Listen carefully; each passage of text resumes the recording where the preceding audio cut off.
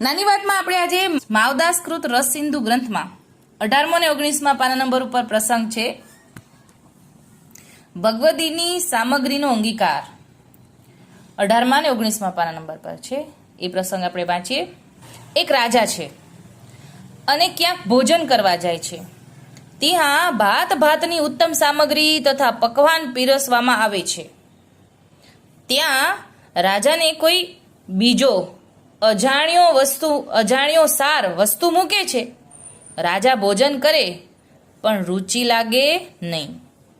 હવે એટલે અહીંયા શું સમજાવે છે કે રાજા પોતાનું ઘર મૂકીને બીજે ભોજન કરવા જાય છે, આમંત્રણ આપ્યું છે અને ત્યાં અલગ અલગ પ્રકારના અલગ અલગ વાનગી પીરસવામાં આવી છે અને ત્યાં મૂકી દીધી છે.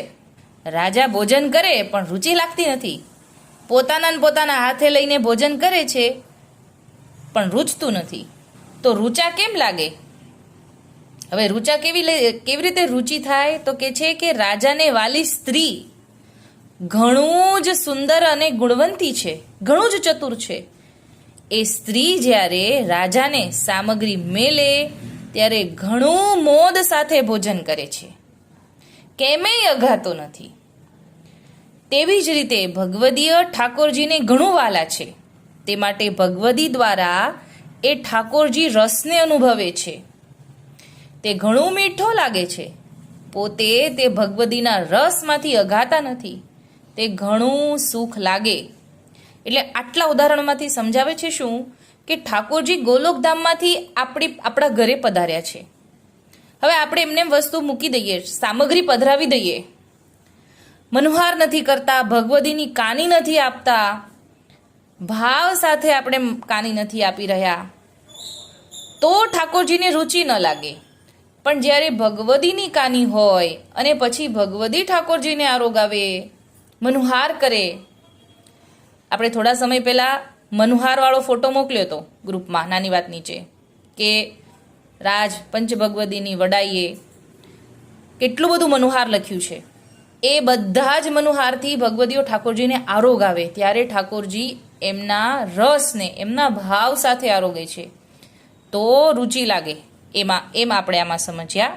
શ્રીજીએ કહ્યું તે એટલા માટે જે ભગવદી તો ભગવદ સ્વરૂપ છે, સરવ રસના પ્રકાર જાણે છે. કોઈક ઉત્તમ વસ્તુ પ્રગટે છે, એ ઉત્તમ વસ્તુના ભોગી તે શ્રી ઠાકોરજી છે. અને તે ઉત્તમ વસ્તુ ક્યાંય પ્રગટ થતી હોય છે એને ભગવદીની દ્રષ્ટિ પડે છે. ભગવદીને હાથમાં આવે ત્યારે ભગવદી વિચારે કે આ રૂઢી વસ્તુ છે, આ તો મારા પ્રભુજી જોગ છે, જોતા જેવું ઉપજે છે. હાથમાં એ વસ્તુ ભગવદી લે ત્યારે ભગવદીના હાથમાંથી શ્રી ઠાકોરજી ઝોંટી લે છે, એટલે કે જૂટવી લે છે.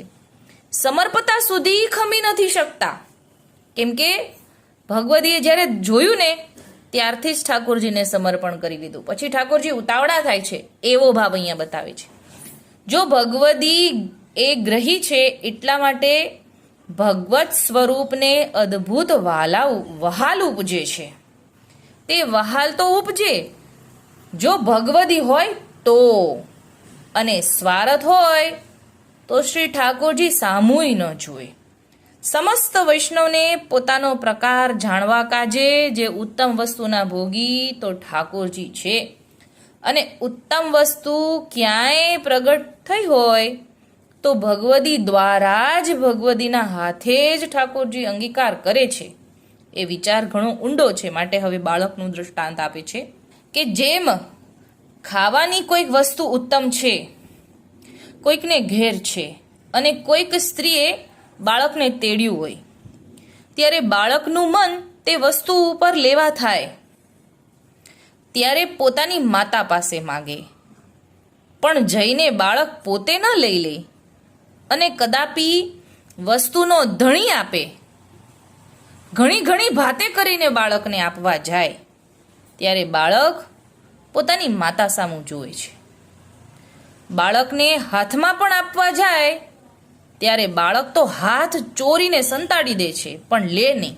આમાં એમ સમજાવે છે કે જ્યારે કોઈ અજાણ્યા વ્યક્તિ બાળકને હાથમાં વસ્તુ આપે ને ગમતી હોય એ, તોય એ હાથ આગળ નથી કરતો, હાથ પાછળ કરી લે છે કે ના મારે નથી જોતું, તમે આપો છો એટલે મારે નથી જોતું, એમ સમજાવે છે.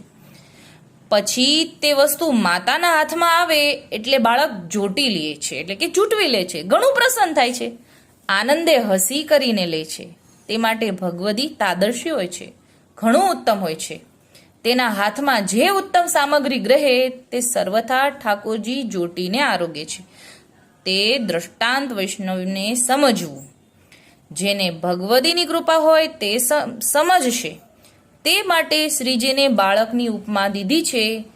તે માટે ત્યાં કીધું છે જે બાળક તે અણમરજાદી છે, સદામાય આનંદી હોય છે, માયા વિનાના હોય છે, સકલ દોષ રહિત હોય છે, કશી ચિંતા ન હોય, બાળકના મનમાં ઉપજે તે કરે. જદપી લૌકિક રીતે જોતા અન્યાય કરે છે, પણ ત્યાં વેદ શાસ્ત્રે ધર્મશાસ્ત્રે કોણે ચાલે નહીં. જો બાળકે અન્યાય કીધો તો હવે આ દંડ કરવો એવું ન કહેવાય, તેને દંડાય નહીં. બાળક જે કરે એ પ્રમાણ. એવા ઘણા પ્રકાર છે. તે માટે ઠાકોરજીને બાળકની ઉપમા દીધી છે. ભાવ ઘણા ઊંડા છે, એમાં ઘણો વિચાર છે. જે કોઈ પુરુષોત્તમ વ્રજાધીશ છે તેને ઈચ્છે છે તે ભગવદી તે સંગે મળીને પૂછીને પામે છે. હવે આપણે આ દ્રષ્ટાંત સમજીએ. અહીંયા એમ સમજાવે છે કે જ્યારે બાળક માતાની ગોદમાં હોય અને કોઈ અજાણ્યો વ્યક્તિના હાથમાં વસ્તુ હોય તો બાળકને લેવાનું મન નથી થતું, અથવા તો એ સામેથી અજાણ્યા વ્યક્તિ આપે છે તો બાળક લેતું નથી. પણ જ્યારે એની માતા આપે ત્યારે એ ઝૂંટવીને લઈ લે. એ અજાણ્યા વ્યક્તિએ એની માતાને આપ્યું કે લ્યો આ બાળકને આપો. જેવું એના માતાના હાથમાં આવ્યું તરત લઈ લે. એવું અહીંયા એમ સમજાવે છે કે અજાણ્યા વ્યક્તિના દ્વારા ઠાકોરજી ભોગ અંગીકાર કરતા નથી. આપણા ઠાકોરજીની જેણે માળા ન પહેરી હોય ને એના હાથનું અડેલું ઠાકોરજી અડતા નથી. એ આ ઉદાહરણ દ્વારા આપણે સમજીએ. પછી જ્યારે ઠાકોરજીની માળાવાળા વૈષ્ણવ પણ ઠાકોરજીને સમર્પે, પણ ભગવદીની કાની વગર ઠાકોરજી લેતા નથી, એવું આપણને સમજાવ્યું. બીજું આગળ એ સમજાવે છે કે બાળકની ઉપમા આપી તો બાળક તો નિર્દોષ છે. બાળક જે ચાહે તે કરે, એટલે કે આપણા ઠાકોરજી સર્વતંત્ર સ્વતંત્ર છે, બધી પ્રકારની લીલા કરે છે. હવે અહીંયા એવું સમજાવે છે કે દોષ રહિત છે. બાળકની અંદર ચિંતા ન હોય, મનમાં ઉપજે તે કરે. જદપી લૌકિક રીતે જોતા અન્યાય કરે. એટલે ઘણીવાર જીવનમાં એવા લૌકિક પ્રસંગો આવ્યા હોય જે આપણને ન ગમ્યા હોય તો આપણને ઠાકોરજીની લીલામાં અન્યાય લાગે. એટલે એ વાક્ય એમ આવ્યું કે ઠાકોરજી ચાહે તે કરે, બાળકના મનમાં ઉપજે તે કરે.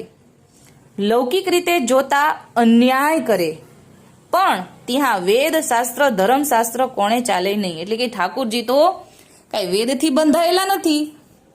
ઠાકોરજીની લીલા તો સર્વતંત્ર સ્વતંત્ર છે અને આપણને લૌકિક દ્રષ્ટિએથી સમજાય નહીં. અને પછી આગળ એમ સમજાવ્યું કે બાળકે અન્યાય કીધો તો હવે આ દંડ કરવો એવું ન કહેવાય, તેને દંડાય નહીં. બાળક જે કરે તે પ્રમાણ. એવા ઘણા પ્રકાર છે. ઠાકોરજીને બાળકની ઉપમા દીધી, એટલે કે આપણને જો ઠાકોરજીના નિર્ણય પ્રત્યે આપણને એવું થાય કે ના આ તો દુઃખ થાય છે, ઠાકોરજીના નિર્ણય પ્રત્યે દુઃખ થયું તો કાંઈ ઠાકોરજી સાથે આપણે બાળકને દંડવા ન જવાય, એવી રીતે ઠાકોરજી સાથે આપણે ઉદાસીનતા વ્યક્ત ન કરવી જોઈએ. એમાં ઠાકોરજીનો જે કાંઈ પણ નિર્ણય છે એ સ્વીકારી લેવો અને ઠાકોરજી પ્રત્યે ક્યારેય અપ્રસન્ન ન થવું, એવો ભાવ અહીંયા આપણને સમજાવે છે. હંમેશા જે કરે છે ઠાકોરજી આપણા હિત માટે જ કરે છે એવો ભાવ સમજીને જે પણ ઠાકોરજી કરે છે